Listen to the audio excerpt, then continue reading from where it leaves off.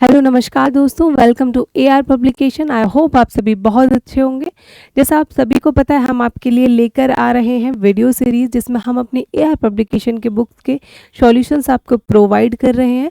और मैं आपके लिए लेकर के आती हूँ जीएस की बुक जिसका नाम है शिवास, उसके वीडियो लेक्चर्स। और हमने स्टार्ट किया था पहला सब्जेक्ट पॉलिटी से। ये उसी सीरीज़ में हमारी 6 क्लास है। सॉरी, हेल्थ इशूज़ की वजह से लास्ट क्लास कंडक्ट नहीं हो पाई थी। कल क्लास आनी थी बट नहीं आ पाई थी, बट ठीक है। एंड थोड़ा सा बियर कीजिएगा, थोड़ी सी आवाज़ मेरी इरिटेटिंग हो सकती है आज बिकॉज कोल्ड हो रहा है। तो आइए चलिए स्टार्ट करते हैं हम आप आज के लेक्चर को।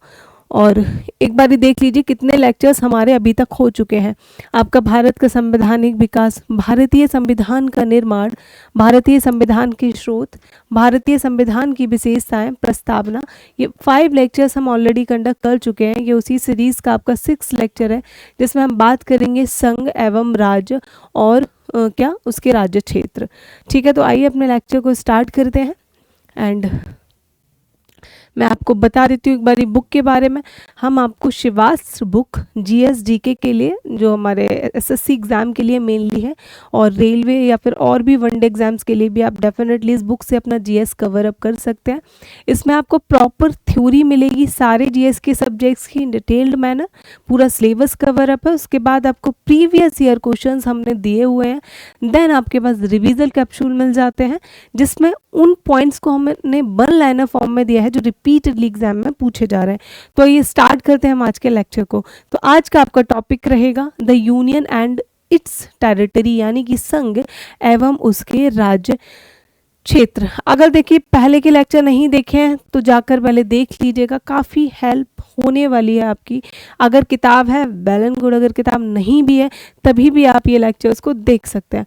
तो सबसे पहले हम बात करेंगे, हम अपना भारत का संविधान पढ़ रहे हैं तो संविधान में सबसे पहले क्या आ जाता है हमारा आर्टिकल 1, यानी कि अनुच्छेद 1 के बारे में। अनुच्छेद 1 में ही हमारी पहली लाइन दे रखी है इंडिया डेट इज़ भारत, यानी कि पहले आप क्या एक तरीके का जैसे कि हम जब स्टार्ट कर रहे हैं तो भारत का संविधान है तो भारत का एक विवरण, उसकी विशेषता, उसका नाम देखने को मिल जाएगा। जैसे हमारी कॉपी नहीं होती है, हम कॉपी पे सबसे पहले क्या लिखेंगे, जब स्कूल में नोटबुक्स बनाया करते थे तो सबसे पहले पन्ने पे ही क्या मेरा नाम ये है, चाहे उसमें काम अंदर कुछ नहीं हो रहा है, पहले बहुत सजा सजा के नाम लिखोगे एकदम से उसमें आर्ट के साथ, फिर सब्जेक्ट, तो सेम वही क्या है हमारा भारत क्या है प्रॉपर। अभी जो बवाल उठा था कि भारत नाम कर देना चाहिए, इंडिया नहीं होना चाहिए, तो लोगों को बता दूं हमारे संविधान के आर्टिकल 1 में इंडिया और भारत दोनों नाम ऑलरेडी मेंशन है। इंडिया डेट इज़ भारत, यानी कि राज्यों का मतलब हमारा इंडिया के 2 नाम हो गए, इंडिया और भारत।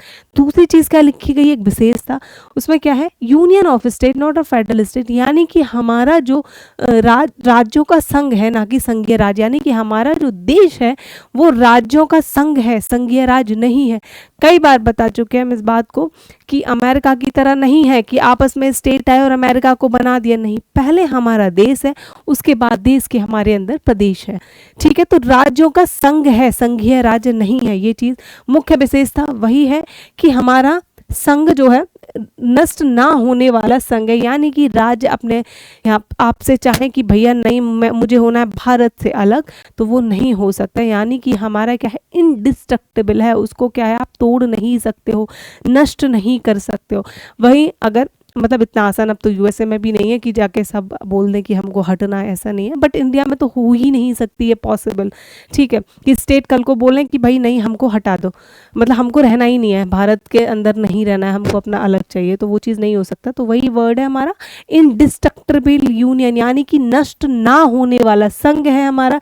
राज्य विभाजित हो सकते हैं भाई, कि यूपी है, यूपी के 4 टुकड़े सरकार चाहे तो कर सकती है, ठीक है, या फिर यूपी में उत्तराखंड फिर से भी मिला सकती है, तो वो हो सकता है।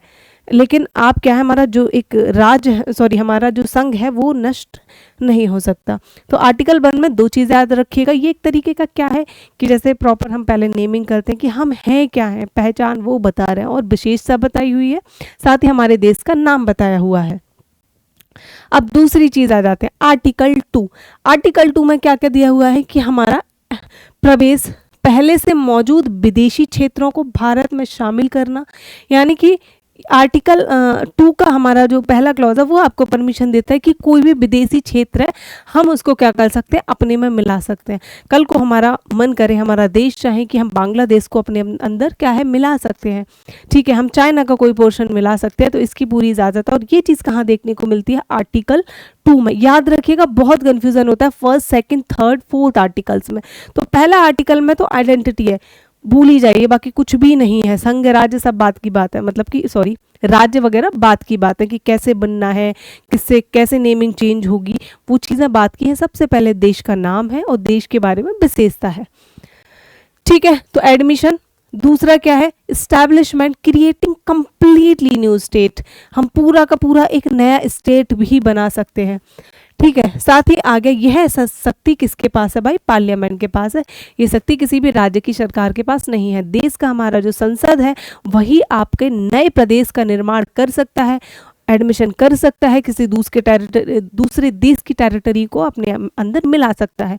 तो ये चीज़ याद रखिएगा, एडमिशन ऑफ न्यू स्टेट यानी कि नए प्रदेश को बनाना, किसी विदेशी टेरिटरी को अपने अंदर लेकर आना, ये दोनों चीज़ आर्टिकल 2 में है। इसके साथ तीसरी चीज़ क्या है, इसी आर्टिकल के तहत क्या है, हमें पावर किसको मिलती है, संसद को मिलती है कि वो क्या ऐसा काम कर सकता है। ये शक्ति सिर्फ और सिर्फ संसद के पास प्राप्त है। आई होप क्लियर हो गई होगी। बहुत ज़्यादा हमको डिटेलिंग में देखो नहीं जाना है, उतना ज़्यादा पूछता भी नहीं है, ठीक है। आर्टिकल 3 अब आ गया कि अब हमको क्या है, पुनर्गठन करना हो अगर किसी राज्य का। जैसे आपको पता है पहले हमारा यूपी बड़ा था, यूपी से फिर क्या अलग हो गया हमारा उत्तराखंड, ठीक है। ऐसे ही आपका आंध्र प्रदेश से देखने को मिल जाता है, आपको आंध्र प्रदेश से तेलंगाना बना दिया। तो ये रीऑर्गेनाइजेशन कर रहे हैं स्टेट्स का, ठीक है। इसमें 4 चीज़ें होती हैं मेनली। पहला तो फॉर्मेशन ऑफ न्यू स्टेट, कोई भी नया राज्य बना दो, ठीक है। 2 स्टेट से ले लो या तो टेरिटरी, या फिर एक से ही ले लो, आप नया राज्य आराम से बना सकते हैं, कोई दिक्कत नहीं है।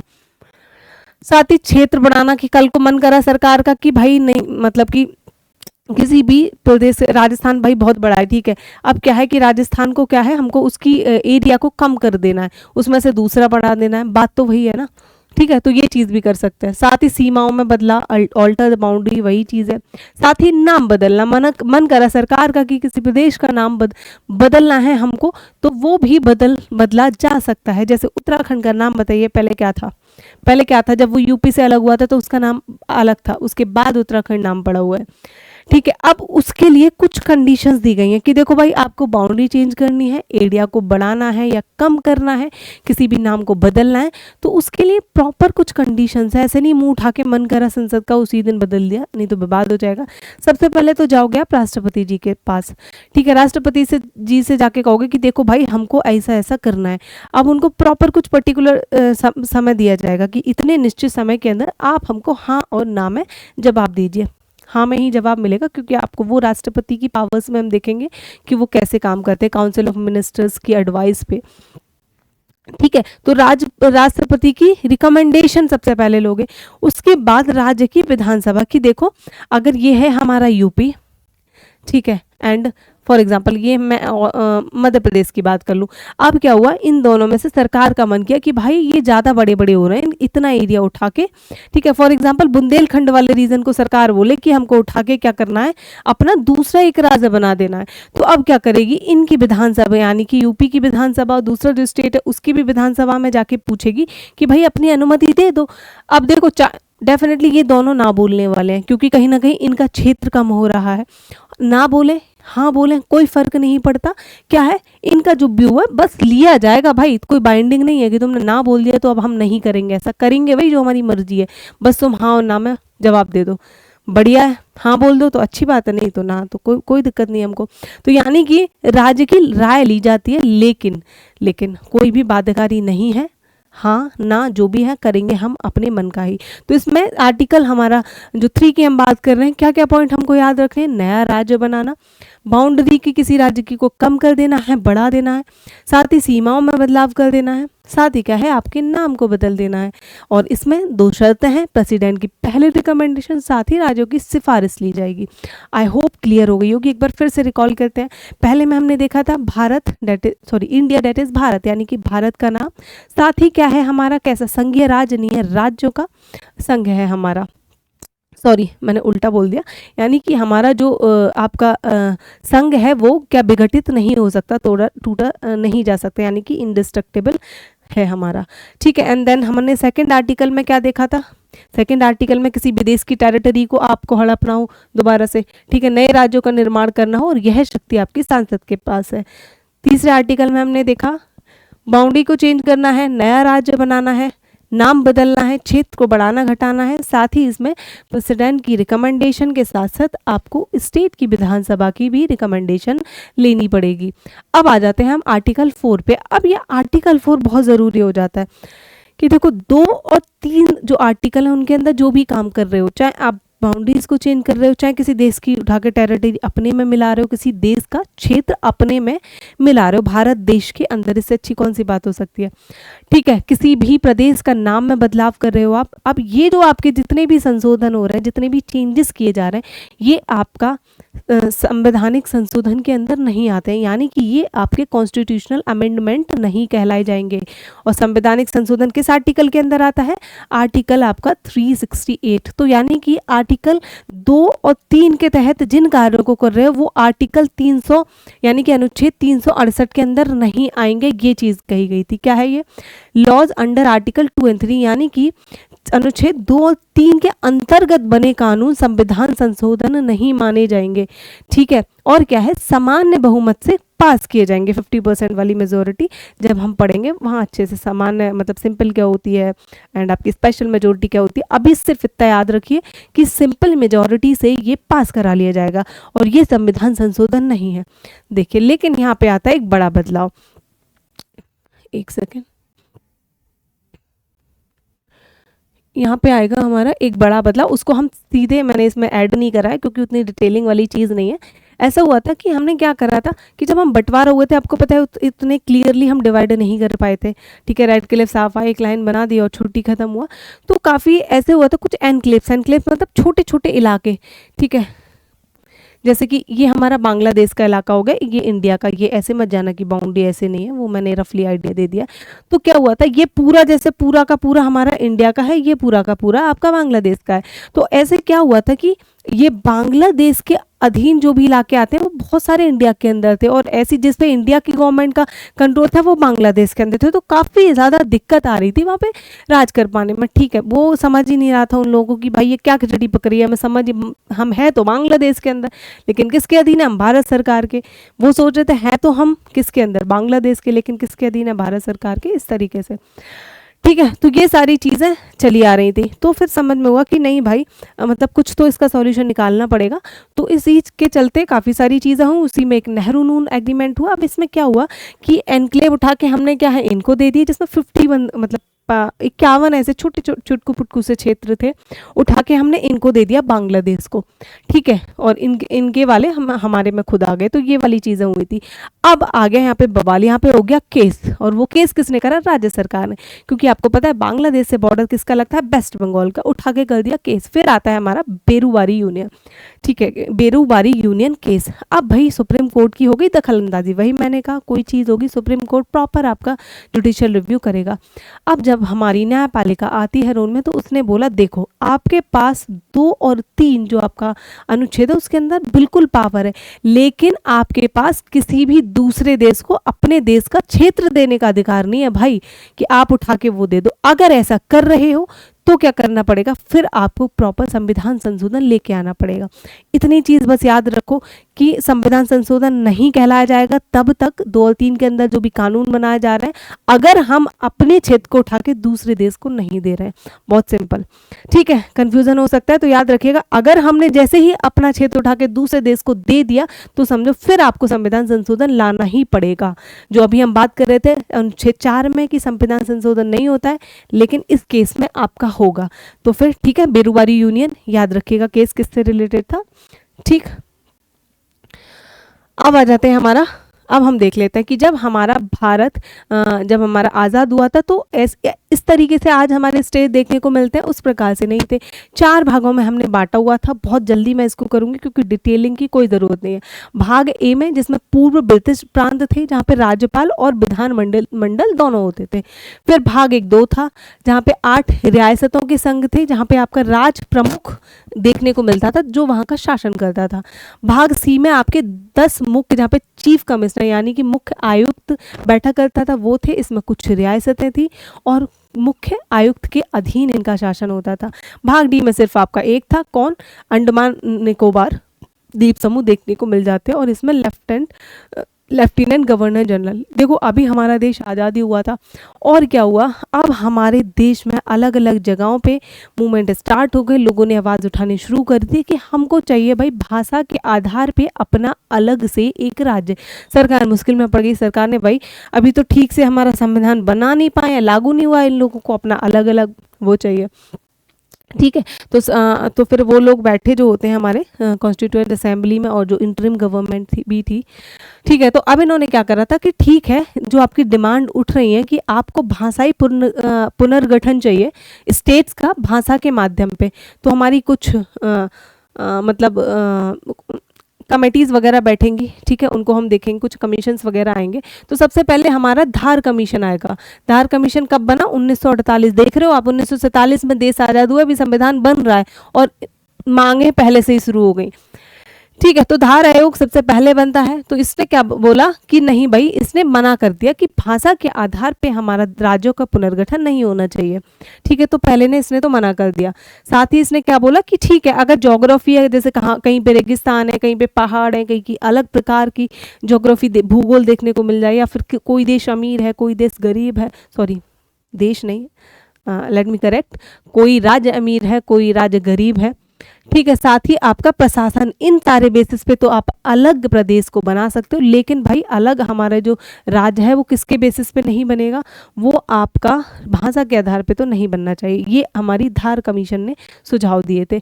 अगला फिर बनाया जाता है।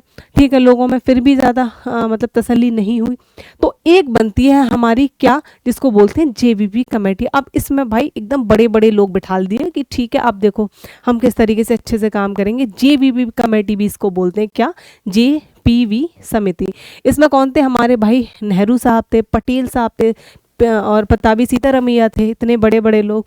ठीक है, अब इन्होंने कहा कि नहीं भाई ठीक है, हमको इन्होंने भी मना कर दिया कि भाषा के आधार पे तो नहीं बनना चाहिए। ठीक, अब यहाँ पे क्या था, एक थे हमारे जिनका नाम है हमारा पोट्टी श्री रामालू, और ये जो थे गांधी जी के प्रिंसिपल में बहुत बिलीव करते थे कि सत्याग्रह करना है भाई, नॉन वायलेंस करना है, भूख हड़ताल पे बैठ जाना है। ठीक है, तो अब ये क्या है, ये बैठ गए हमारे अनशन पे और इन्होंने खाना नहीं खाया। एंड उसके बाद इनकी मांग थी कि आंध्र प्रदेश को भाषा के आधार पे एक नए राज्य के रूप में गठित कीजिए। 52 दिनों तक ये जो है बैठे रहते हैं, अपना खाते नहीं है, पीते नहीं है, उसके बाद हो जाती है इनकी मृत्यु। अब आप सोचिए कितना बवाल होने वाला था। जैसे ही इनकी निधन होता है इनका, और आंध्र प्रदेश में मतलब जो लोग होते हैं वो मरने काटने को उतर आते हैं। तो अब समझ में आ गया कि नहीं भाई, सबसे पहले तो ये करो, आंध्र प्रदेश को बनाओ, नहीं तो फिर बहुत ज़्यादा बवाल बढ़ जाएगा। तो पहला हमारा राज्य किसको बना दिया जाता है? आंध्र स्टेट को। ये 1 अक्टूबर हमारा 1953 को बना दिया जाता है, क्या आपका आंध्र प्रदेश। ठीक है, तो इनकी जो डेथ हुई थी ना, वो इस वाली जो हमारी कमेटी बनी थी उसकी रिपोर्ट आने के बाद हुई थी। ठीक है, अब आ जाते हैं। अब भाई जब एक बन गया तो फिर शांत होने वाले नहीं है। फिर सब जगहों से आवाज़ उठी कि हमको भी चाहिए अपना अलग राज्य, हमको भी चाहिए। तो ये सारी चीज़ें होने लगी। अब क्या है, एक पूरा बना दिया कि भाई बना दो अब राज्य पुनर्गठन आयोग, क्योंकि अब ये चीज़ें शांत होने वाली नहीं है। तो 1953 में आपका एक proper reorganisation state reorganisation commission बन जाता है, जिसके चेयरमैन कौन रहते हैं? जस्टिस फजल अली आपके इसके चेयरमैन देखने को मिलेंगे। सदस्य कौन थे? याद रख लीजिएगा एक दो नाम, HN कुंजरू हो गए हमारे, एंड KM पानेकर, ये आपके इसके सदस्य देखने को मिल जाते हैं। मेनली याद रखिएगा चेयरपर्सन कौन था, तो वो था हमारा अध्यक्ष थे जस्टिस फजल अली। ठीक है। अब इसने क्या बोला कि भाषा आधार पर पुनर्गठन का समर्थन किया कि अब आप बना दीजिए भाषा के आधार पे कि एक प्रदेश की एक भाषा इस तरीके से, लेकिन एक भाषा एक राज्य के सिद्धांत को अस्वीकार किया कि ऐसा नहीं है कि एक राज्य है उसकी एक ही भाषा होगी, इस वाले सिद्धांत को इन्होंने नकारा। तो क्या है, लिंग्विस्टिक रीऑर्गेनाइजेशन डेफिनेटली करो, but rejected the one language one state theory. Okay, बस इतना ही जानिए, आगे चलते हैं। आगे क्या होता है हमारा, फिर आता है आपका स्टेट रीऑर्गेनाइजेशन एक्ट 1956। उसमें क्या हुआ हमारा, मेजर आयोग की सिफारिशों के आधार पर भारत का व्यापक पुनर्गठन हुआ, जो इससे पहले वाला बना था उसी की जो सिफारिश थी, जो उसने रिकमेंडेशन दी थी उसके अकॉर्डिंग। ठीक है, तो क्या हुआ, परिणाम स्वरूप भारत में 14 राज्य और 6 केंद्र शासित प्रदेश हमारे बन जाते हैं। साथ ही अब आपको देखने को मिलेगा हमारा भारत का जो नक्शा था उसमें काफी ज्यादा बदलाव देखने को मिल जाता है। ठीक है, अगला देख लेते हैं। फिर आता है आपका 17 कॉन्स्टिट्यूशनल अमेंडमेंट एक्ट। उसके बाद आपने देखें कि बहुत सारे स्टेट फिर तो बनते ही जाएंगे, और आज के टाइम पे हमारे कितने स्टेट, 28 स्टेट्स देखने को मिल जाते हैं। आयोग की सिफारिशों के आधार पर भारत में व्यापक पुनर्गठन हुआ, मतलब major reorganisation based on the commission recommendation. साथ ही क्या हुआ, भारत में 14 राज्य और 6 केंद्र शासित प्रदेश आपके बनते हैं। 7th कॉन्स्टिट्यूशनल अमेंडमेंट एक्ट, यानी कि 7वां संविधान संशोधन अधिनियम। अब 10वां आ जाता है। 10वां में क्या है, दादरा और नागर हवेली को क्या है, एक अलग से हमने यूनियन टेरिटरी बना दिया। आपको पता है कि गोवा हो गया, ये सब यहाँ पे पुर्तगीज राज करते थे। ठीक है, इनको जैसे तैसे खदेड़ के हमने फिर कितने बुरी तरीके से भगाया था कि भाई निकलो, अब बहुत हो गया। फिर उसके बाद क्या है, हमने उनको अलग से यूटी, सेम गोवा से भी भगाया था हमने। गोवा, दमन एंड दीव, ये जो है केंद्र शासित प्रदेश बने। ये कब बने, ये 12वां संविधान संशोधन। ये याद रखिएगा किसके तहत क्या बना है। ठीक है, कौन सा यूटी बना है, कौन सा राज्य बना है, ये याद रखिएगा, ये चीज पूछी जाती है। बाकी एक बार इन पे नजर डाल लीजिएगा। 1956 में केरल बनता है, आंध्र प्रदेश, मध्य प्रदेश। 1960 में हमारा महाराष्ट्र, गुजरात। 1961 में दादरा और नागर हवेली। 1962 में दमन, दीव और पौंडीचेरी। 1963 में आपका नागालैंड बनेगा। 1966 में फिर आपका हरियाणा और चंडीगढ़ देखने को मिल जाएंगे। 1971 में आपका हिमाचल प्रदेश देखने को मिलेगा। 1975 में आपका सिक्किम देखने को मिल जाएगा। फिर हमारा मिजोरम, अरुणाचल प्रदेश, गोवा बन जाएंगे आपके। ठीक है, ये हम किसकी स्टेट्स की बात कर रहे हैं। ठीक है, गोवा स्टेट बनने से पहले क्या बना था, पहले आपका केंद्र शासित प्रदेश बना था। जैसे आपको पता हो हमारी जम्मू एंड कश्मीर पहले क्या था, एक स्टेट था। स्टेट के बाद उसको किस में परिवर्तित कर दिया, यूनियन टेरिटरी, यानी कि केंद्र शासित प्रदेश में। फिर हमारा 2000 में झारखंड और उत्तराखंड और छत्तीसगढ़ बना था। 2014 में आंध्र प्रदेश से अलग होकर तेलंगाना बन गया। अब 2019 में हमारा जम्मू कश्मीर और ये आपके लद्दाख देखने को मिल जाएंगे। ठीक है, तो ये सीक्वेंस भी पूछ लेगा आपसे, कुछ नहीं मालूम उसका पूछ लेता है बहुत सारे एग्जाम में कि कौन सा पहले अरेंज करिए बढ़ते हुए क्रम में। ठीक है, तो ये था हमारा क्या, अभी हमने देखा कि जितना अभी आपका थ्योरी का पोर्शन था हमने अच्छे से कवर कर लिया, उतना ही हमने कवर किया, ना ज़्यादा ना कम, जितना आपके एग्जाम पॉइंट ऑफ व्यू से और आपकी समझदारी के लिए ज़रूरी था। अब आगे बढ़ेंगे हम क्वेश्चंस पे, जो हमारी बुक में आपके क्वेश्चंस गिवन है। सबसे पहला हम क्वेश्चन देख लेते हैं कि in the context of the Indian understanding of union of state which of the following statement is incorrect. Hindi English दोनों में है, अच्छे से पढ़ लीजिएगा। भारतीय संदर्भ में राज्यों के संघ के अर्थ के संबंध में निम्नलिखित में से कौन सा कथन गलत है। ये वही चीज पूछ रहा है जो आर्टिकल 1 में दे रखी थी हमारा। पहला देखिए, प्रशासनिक सुविधा के लिए देश को विभिन्न राज्यों में विभाजित किया है। अब ये गलत पूछ रहा है, देखो गलत, आप यानी कि आपके 3 स्टेटमेंट इसमें सही है, एक गलत है। तो बिल्कुल भाई ठीक है, हमारा हमने उसके मतलब अच्छे से हम प्रशासन कर सके इसीलिए हमने विभाजित किया है। ठीक है, फिर आगे हमारा संघ समझौते का परिणाम ना होने के कारण किसी भी राज्य को इससे अलग होने का अधिकार नहीं है। बिल्कुल सही बात है, नहीं है भाई, कोई भी अलग नहीं हो सकता है। अगला है हमारा, विभिन्न सूचियों के माध्यम से केंद्र और राज्यों की शक्तियों का गठन करता है। हमारे यहाँ पे सूची है, लिस्ट है प्रॉपर, पता ही आपको, स्टेट लिस्ट है, यूनियन लिस्ट है, कंकरेंट लिस्ट है, बिल्कुल सही बात है। अगला आता है the Indian union was a result of an agreement by the sovereign units included in it, यानी कि भारतीय संघ इसमें शामिल होने के लिए संप्रभु इकाइयों द्वारा एक समझौते का परिणाम था। ये कहना चाह रहा है कि पहले इकाइयां थी, ऐसे ये छोटे छोटे ठीक है राज्य हो गए या प्रदेश हो गए, ठीक है, अब इन्होंने आके कहा कि हमको बनाना है एक भारत का, ऐसा आपको देखने को मिलता है? तो नहीं भाई, तो हमारा डी ऑप्शन गलत है, यानी कि डी आपका रॉन्ग स्टेटमेंट है, इसीलिए यही आपका करेक्ट स्टेटमेंट हो जाएगा। वो रॉन्ग ही पूछ रहा है, तो करेक्ट आंसर आपका डी होगा। ठीक है, तो हमारा डी देख लीजिए। भारतीय संविधान के अनुच्छेद 1 के अनुसार India that is Bharat shall be a union of state, अर्थात इंडिया जिसे भारत कहा गया है राज्यों का एक संघ है भाई, जिसमें स्पष्ट है कि भारत एक संघीय शासन प्रणाली स्थापित की गई है। यह संघीय शासन प्रणाली संविधान द्वारा स्थापित की गई है, रिपीटेड है। भारत का संघ राज्यों के माध्यम किसी समझौते का परिणाम नहीं है, राज्यों को संघ से अलग होने का कोई भी अधिकार नहीं है। ठीक है, अगला क्वेश्चन देखते हैं। अगला सवाल हमारा कह रहा है भारतीय संविधान के अनुच्छेद 1 में निम्न में से किसका उल्लेख है? बहुत जल्दी रिकॉल करो, 1 में क्या बताया था?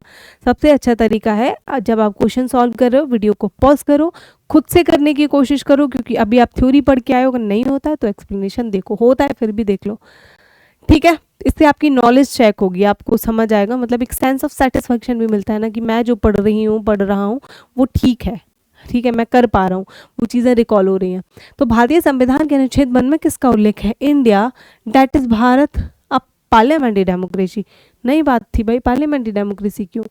India that is Bharat as a presidential form of democracy, यानी कि ये तो बिल्कुल ही गलत है, हमारे संसदीय प्रणाली है, प्रेसिडेंशियल फॉर्म कहाँ से हो गई? अगला आ गया India that is Bharat shall be a union of state, बिल्कुल भाई हमारा करेक्ट ऑप्शन, यानी कि भारत जो है वो हमारा क्या है? यूनियन ऑफ स्टेट है। ठीक है, अगला है India that is Bharat as a federation of state, बिल्कुल भी गलत हो जाता है, तो आपका करेक्ट ऑप्शन है ऑप्शन सी। सेम वही लिखा हुआ है, वही है जो आपके आर्टिकल 1 में हम पढ़ के आए हैं, कोई भी उसने लैंग्वेज में भी चेंज करने की कोशिश नहीं किया। ठीक है, तो करेक्ट ऑप्शन हमारा सी हो जाता है। अगला देख लेते हैं हम। अगला हमारा क्वेश्चन क्या कह रहा है? भारत के संविधान के कौन से अनुच्छेद का संविधान संघ एवं राज्य यानी कि यूनियन एंड इट्स टेरिटरीज से है? बहुत ही सिंपल सी बात है, हमारा आर्टिकल 1 से लेकर 4 तक बात किसकी होती है, बाकी देख लीजिए आप। 5 से 11 में हम क्या सिटीजनशिप की, नागरिकता की बात करते हैं। 12 से 35 में हम मौलिक अधिकार फंडामेंटल राइट्स की बात करते हैं। 36 से 51 में हम किसकी बात करते हैं? डीपीएसपी, राज्य के नीति निर्देशक तत्व, डायरेक्टिव प्रिंसिपल ऑफ स्टेट्स की बात करते हैं। तो करेक्ट आंसर ए हो जाएगा आपका। अगला क्वेश्चन देखते हैं। अगला क्वेश्चन हमारा कह रहा है which article of the Indian constitution is related to the formation of new states and the alteration boundaries और नेम ऑफ एग्जिस्टिंग स्टेट, यानी कि भारतीय संविधान का कौन सा अनुच्छेद नए राज्यों के गठन और मौजूदा राज्यों के क्षेत्रों की सीमाओं के नामों में परिवर्तन करता है? इसको किस वाले हमने आर्टिकल में बताए थे भाई? याद करो, बहुत जल्दी रिकॉल करो। पहला आर्टिकल बताया था देश का नाम, साथ ही हमारा क्या है, देश में कौन सी मतलब संघ है हमारा, या फिर अमेरिका जैसा संघ है, या फिर इनडिस्ट्रक्टिबल यूनियन है, उसकी बात करी थी हमने। ठीक है, एंड दूसरे आर्टिकल में हमने क्या करा था कि किसी भी दूसरे देश की टेरिटरी को भी हम अपने आप में मिला सकते हैं, कोई नया हम भी बना सकते हैं। साथ ही ये इसकी पावर किसके पास है? संसद को इसकी पावर दी गई थी, ये दूसरा आर्टिकल था। तीसरा आर्टिकल क्या था? जिसमें नया आप राज्य बना सकते हो। ठीक है, और साथ ही आप बाउंड्रीज को यानी कि उनकी सीमाओं में परिवर्तन कर सकते हो, साथ ही आप नाम में परिवर्तन कर सकते हो। ठीक है, तो ये सारी चीज़ें हमने देखी थी। तो आपका इसमें करेक्ट आंसर हो जाएगा हमारा आर्टिकल 3 यानी कि अनुच्छेद नंबर 3। चौथे में तो वही बात कर रहे थे हम, चौथे में बता रहा था कि वो 2 और 3 के तहत जिन नियम व कानूनों को आप लेकर आ रहे हो वो आर्टिकल अनुच्छेद 368 के तहत संविधान संशोधन नहीं माना जाएगा। उसी चीज़ को किस में बदला गया? बेरुवारी में। जो बेरुवारी केस दिया था सुप्रीम कोर्ट ने, जजमेंट अपना, उसमें उसने बोला था कि अगर अपना देश का क्षेत्र उठा के किसी देश को दे दिए जा रहे हो तो फिर डेफिनेटली वो आप सिर्फ और सिर्फ संविधान संशोधन के तहत ही कर सकते हो, उसमें आपको सिंपल मेजॉरिटी से वो आप नहीं कर पाओगे। ठीक है, अगला सवाल, तो इसका आपका करेक्ट आंसर था बी यानी कि अनुच्छेद 3।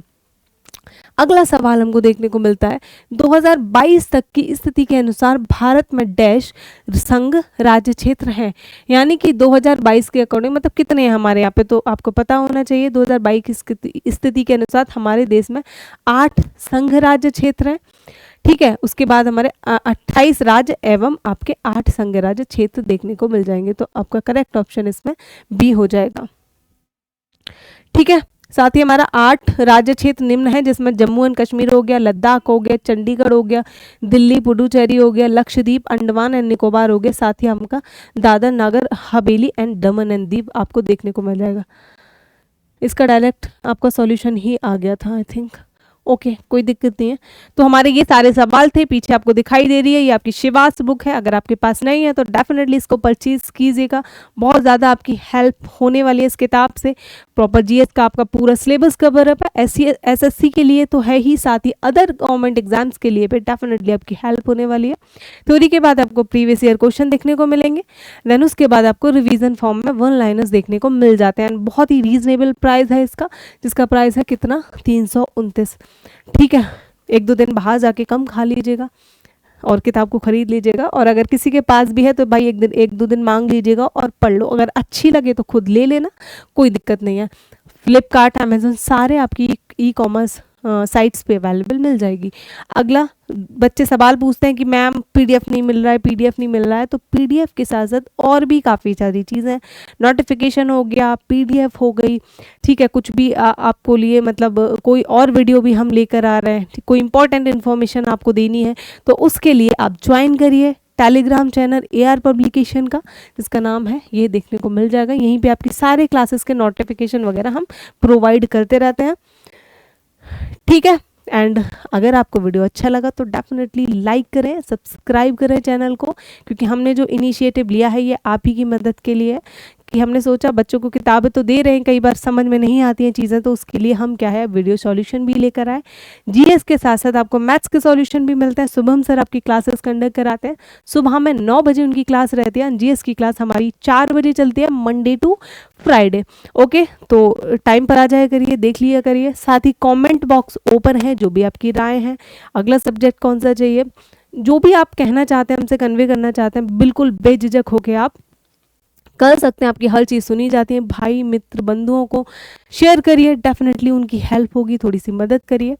ठीक है, जितना आप इस चीज़ को आगे ले जाएंगे उतनी बेहतरीन हम आपको चीज़ें और ज़्यादा अच्छे से प्रोवाइड कर पाएंगे। तो आई होप आपको ये लेक्चर पसंद आया होगा। सो एंड कल क्लास नहीं हो पाई थी बिकॉज मेरा गला ख़राब था, बोलने लायक नहीं थे, तो I am really sorry for that.